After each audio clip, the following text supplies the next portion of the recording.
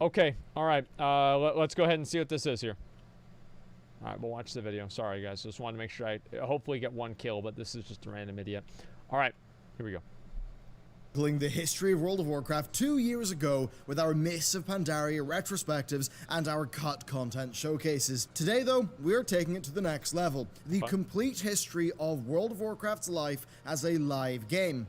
Every patch in every expansion in this a new regular series. So, subscribe, hit that bell button, and let's begin. That's a lot.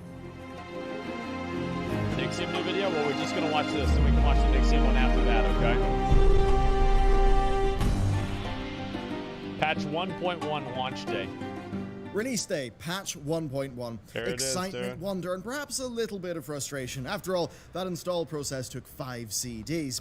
Once you have the game finally installed, though, you are greeted with that exceptional opening cinematic, your server selection, and character creation. A screen that many were stuck at for hours as they looked at online random name generators and tried to come up with something. And after all that was done, you were off on your way to Azeroth. And despite being released, this was not the first version of Azeroth. The game had went through an extensive beta testing cycle, and as such, its launch patch 1.1 had huge changes, with the first hitting players as they made their characters.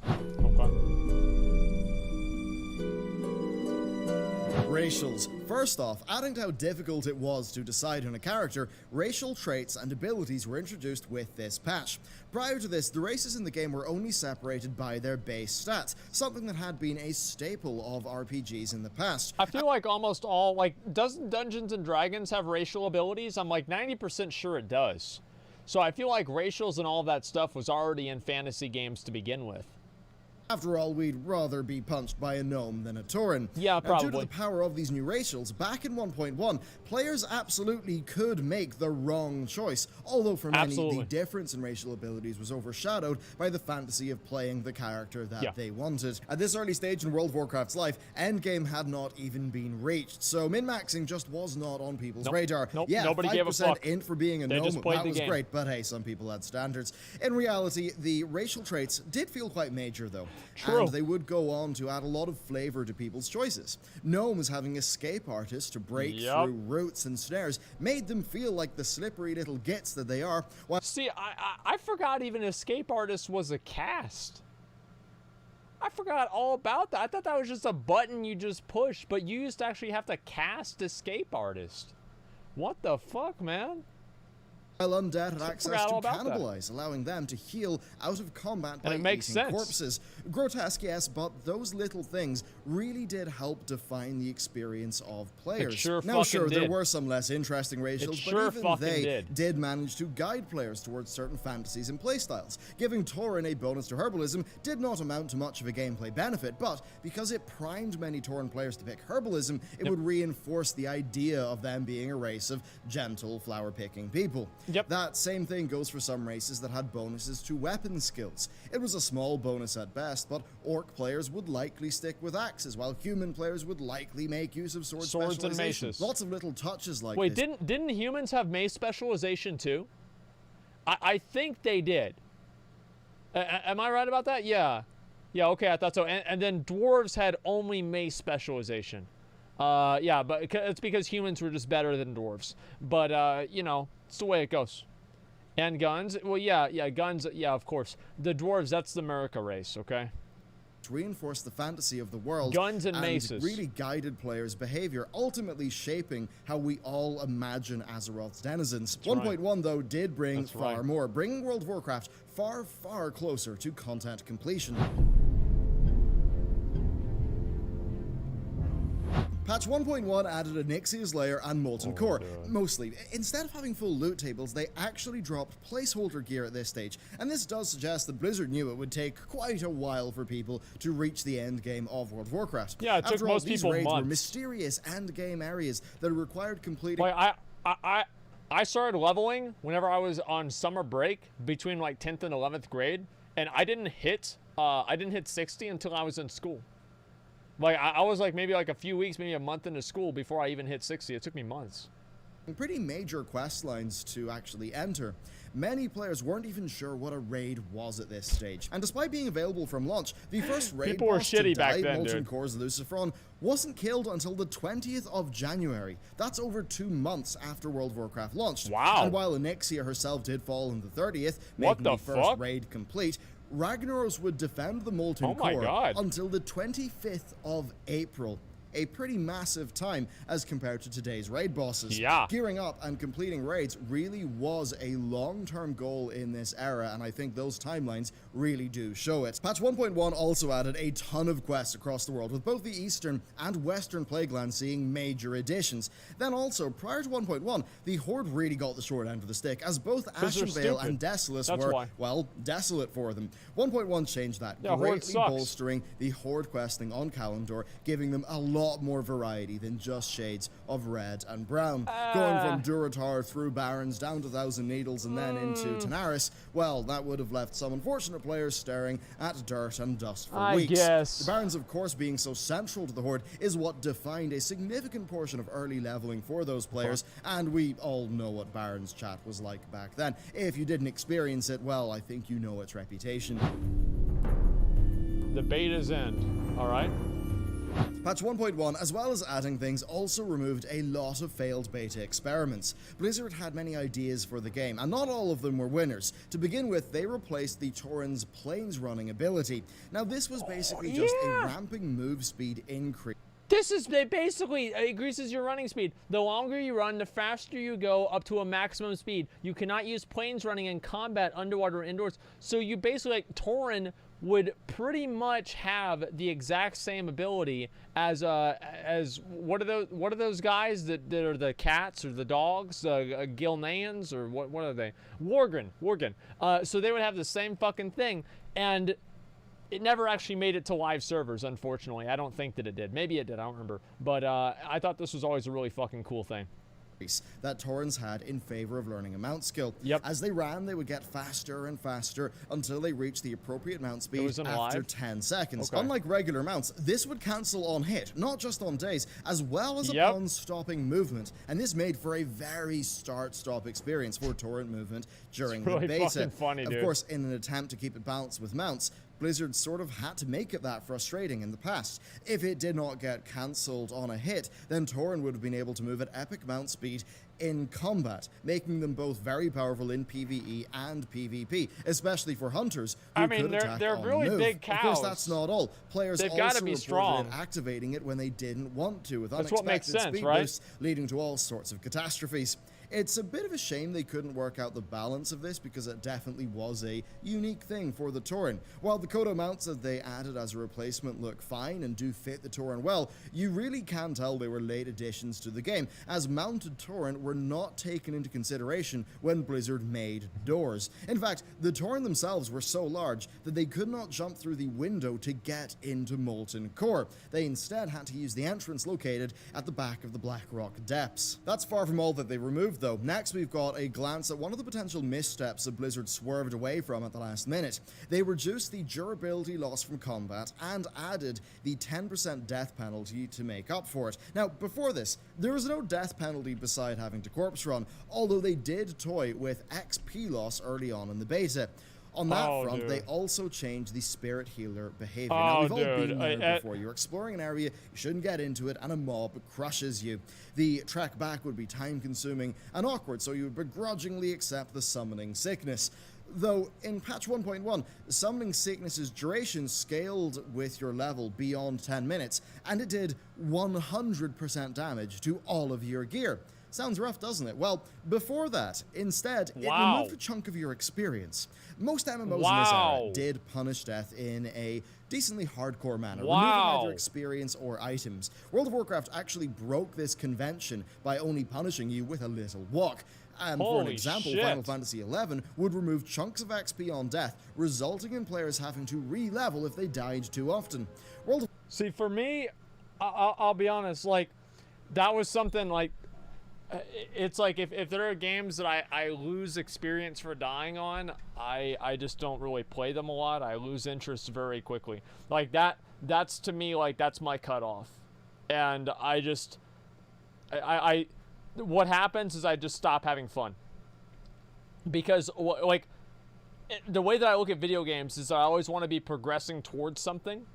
And if I feel like I'm actually actively losing progression, I stop enjoying the game. Because now it's a stressful event that I have to think about and worry about and get upset about. So, yeah, I don't like games that punish you for dying in that way. Like, if I ever feel like I'm losing progress or losing time I've invested into a game, I very, very quickly lose interest in the game. It's the same reason why in Black Desert, for example, like, I just quit the game as soon as I figured out the way that they did jewelry and a few other things, right? I was like, this is just taking too long and I'm going to lose too much progress.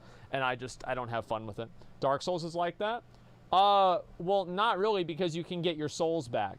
And it's also a single-player game, and there's nothing in Dark Souls that's as much of a time investment as, like, MMOs, right? It's basically, like, Dark Souls is a pretty casual game. I mean, you play Dark Souls, like, you can beat the game in, like, 20, 30 hours. If you die, you lose, like, maybe, 20 minutes of progress at the most. It's not a big deal. But, yeah.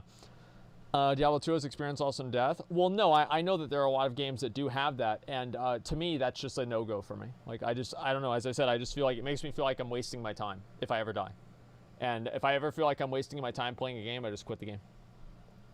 Warcraft absolutely was a game designed for casual play at the time, as compared to its contemporaries, even though it did have high time requirements that make a lot of modern players maybe think that's a bit hard to believe.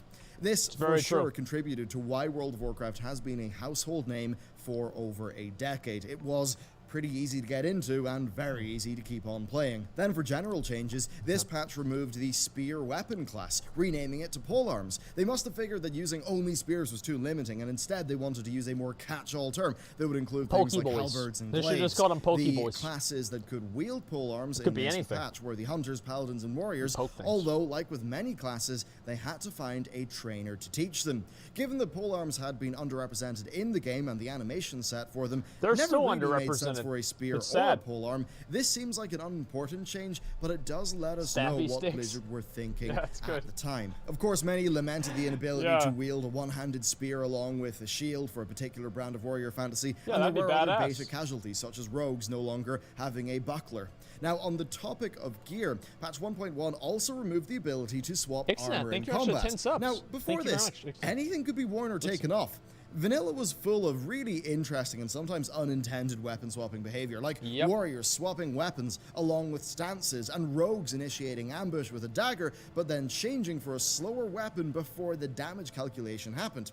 More generically, this enabled offhands and on-use effects to be swapped in, activated, and then that's swapped really out, good. like the Skull of Impending Holy Doom. shit, I didn't even know about this one was just wild, particularly in PvP. You see, it would do some self-damage, and that would potentially break a polymorph. Then you would get a 60% move speed buff for 10 seconds. Now, imagine you're a mage, you've polyed somebody, you've blinked away, and suddenly they're running at you at 60% move speed. If it wasn't removed, armor swapping, in addition to things like that, also would have given players the ability to just get naked right before they died in order to avoid durability damage. The best fucking version of that was before they changed being able to not swap your gear in arena as soon as the match begins, is you would queue up and, like, let's say you had, like, shadow resistance gear or, like, frost resistance gear from, like, you know, fucking, like, tanking or, you know, Mother Shiraz. As soon as you'd see that you're playing against a warlock, you just equip all your shadow resist gear. And the warlock couldn't fucking do anything. And like, eventually they changed it because people were getting so fucking mad they couldn't even play their class. It's hilarious. It would have made your corpse finding travels a little bit more awkward. Now, this could have enabled some very interesting mechanics, but I think it's quite clear that armor swapping would have been far too much. Honestly, this might have even resulted in tanks carrying tank and DPS gear and swapping in between them in time with boss swings for their own ability usage, which that's ridiculous. Wild. Classes. 1.1 also added Paladin and Hunter talents. Yep, these were unavailable until the last second. While I That's because Blizzard originally planned for Paladins and Hunters not to have talents, to make the game more realistic. I don't believe either of the classes were noticeably worse than others. This does show the kind of timescales for implementation that we're working with when it comes to vanilla. Blizzard were right up to the wire with so much of the game, really core fundamental parts of the game, and really at this stage some classes needed a lot more love than others. In fact, this patch significantly changed paladins across the board. They renamed the seals to Blessing, and then added new seals, removing some of their auras like Healing Aura, but splitting Resistance Aura into separate spells rather than just being one combined. Now, Hunters didn't get major changes, but they did get access to their track spell, and Blizzard made a very important track mailboxes, by the way. In a move that, well, saved the Hunter class fantasy quite a bit, renamed Outdoorsmanship to Survival, and Ranged Combat to Marksmanship. Outdoorsmanship? Perhaps they were placeholder names, but what they the certainly fuck? were awkward. Wow, of course, okay. other classes had interesting changes too. Warlocks learned the Fell Hunter, Inferno, and the Curse and Ritual of Doom in this patch. Now, while the Ritual of Doom is not exactly the most reliable ability in the universe... We should just call that from now on. Like, if we ever see a survival hunter, it's an outdoorsman hunter. Well, it actually kind of makes sense because they're outside of the raid because they don't get invited because they're fucking melee, you know? Nobody wants to have a melee character that can play range. So actually, you know what? It kind of did come full circle, and it makes sense now. It is extremely flavorful. Having a full party of 5 summon a Doom Guard, knowing that one of them will die, that's a pretty exciting event. And even worse, the Doom Guard was hostile and it needed to be enslaved. Yep. Now this meant that if the Ritual's dice rolled such that the Warlock died, well, the Doom Guard would just run rampant on the surviving 4 party members. Hey, fuck 'em. A very exciting Fuck 'em, experience, maybe not a beneficial one, but certainly a lot of flavor. Now, one of the most important class changes in this patch, and a controversial one that you have no doubt heard about, is the addition of priest racial abilities. Priests had 2 unique spells depending on what race they were, tying into the fact that each priest would have been following a different religion of sorts. So over on the Night Elf side, they had access to Star Shards, a weak version of Starfall that could channel on a target for damage, and then a Loon's Grace, a 20% dodge cooldown. That's the Holy Humans Spirit. had access to Desperate Prayer, a small self-heal, and Feedback, which was a cooldown that damaged and burnt the mana of those are magical Protestants attackers. The and Undead had Touch of Puritans. Weakness and Devouring Plague, whereas the Trolls had Hex of Weakness and Shadow Guard. I can't make Most jokes of these about spells that. were little bits of race-themed flavor, Could but be there's one that racist. stands above the others, quite significantly. The Dwarves, in addition to having Desperate Prayer, had Fear Ward. Now, Fear Ward was a buff that protected against the fear effect. It lasted for 10 minutes, and it had a 30-second cooldown. And yeah, that one is just wild, especially given how powerful and common fears were in both PvE and PvP. This was just an insanely useful spell, and while the Alliance and the Horde had tons of contention over their faction differences, Fear Ward was one of the biggest talking points. That's fucking broken, dude.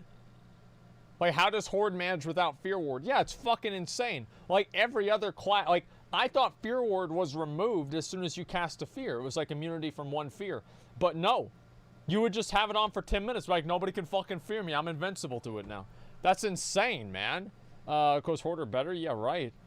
Priests had this perception of just being the best priests thanks to this one spell, even though the other priest races did have their own advantages. By the time that it became available to everyone years later, Fear Ward had been severely, severely nerfed. There was one more notable change here with classes and spells. Reagents were now required for a multitude of spells. This is another aspect of the role-playing game focus that the game had in this era. Slowfall for mages and Levitate for priests, well, they needed light feathers, and those dropped in various places around the world. I wish we had the stats on the number of players that were falling and just died immediately because they did not have the feathers for their Levitate. So I actually learned this while I was jumping off of something, that you actually did need light feathers to use Levitate. I had no idea about this. It's a big surprise to me. But yeah, apparently you do need that. 1 second, I'm gonna read these real quick. You're a single reason why I have joy for WoW. It's completely amazing watching you and the joy it brings you, not to mention the knowledge that you have. Thanks for being such a great person. Smokey, thank you very much for the $15. I appreciate that, man. Again, another one. Thank you very much, man. I appreciate that. Keep up the excellent content, makes it like real quick. Can't wait to see your WoW Classic experience. I made a video too, maybe check it out offline sometimes. Tweet it at me and I might look at it, but I have to do it offline. I forgot to add the message first time, fuck my wife. If the chat hasn't watched your most ethical way to watch for Talent Vengeance rap video, they probably should. Also, Twitch Prime, boys. Thank you very much. I appreciate the 5, Crumb Cratcher. At least whenever your boyfriend comes on your head, you don't have to wash your hair. What? When did I say that? Just like a random fucking message. Thanks for the $5, man. Appreciate that, I guess. Thanks. I'm not sure what the numbers are, but I'm pretty sure they're high. Okay. Shamans needed reagents for water walking and water breathing. Even more significant than that, though, is Druid's Rebirth. This spell, a combat rest, was like extremely useful in group content, but it required a seed, and the type of seed changed depending on the rank of the spell. Acquiring these was just as simple as buying it from a vendor, but sometimes Druids would... You guys remember that girl, Cora, that I streamed with like 3 years ago? So this is a really, really, really long time ago. She was the blonde girl that I streamed with. Like, you go back and look at my VODs, right? And so anyway, she, yeah, most of you guys don't remember. I probably have more viewers now than I had followers back then. So yeah, there were a lot of people, right? And so the first time I ever played with her, I asked her to battle res me in a fight, and we were doing like Stonecore or something. And she said she didn't have the seeds for it. I kicked her out of the fucking group. I was like, you're not going to come into this raid. You're not going to have your fucking eye. I kicked her out of the fucking group. I got her out of there. The seeds, yeah, they have a... I remember these very, very well. Would run out, and if you valued your raid spot or the friendship of your dungeon group, well, you would make sure you were not one of those druids who ran out. So there you go. That is basically everything of real note that changed in patch 1.1. It's a patch that still would have been a bit rough for sure, but it would have been magical, with Blizzard somehow pulling everything together into a cohesive experience, even when just a few beta patches ago, the game had systems that likely would have limited its growth. They really did pull some magic out of the hat for this one. It really is incredible how much World of Warcraft changed in its final period of beta development, but we're soon going to see how much World of Warcraft changed as a live game, because patch 1.1 by no means was a complete version of vanilla World of Warcraft. Classes were spotty, loot had its problems, features like Battlegrounds did not even exist yet. We're going to see a lot of change, continuing with next week's episode, Patch 1.2. So, thank you very much for watching this video. I hope you enjoyed it. Be sure to subscribe to the channel for more, and if you would like to directly support the work I didn't even know all this shit happened in Patch 1.1. I had no fucking idea. Patreon, where we've got monthly art packs, and this one's is Paladin. Plus, we also have 2 bonus items that I think you'll like quite a bit indeed. Next week we'll be playing Classic, you're right. And I'll see you next time. Holy shit. New 8-minute classic video, we watched that before, okay? We already did look at that, okay? Now that we're finished, PTR, I don't know about Transmog Comp right now, dude. I want to look at the Nixium video. Let's take a look at that, all right?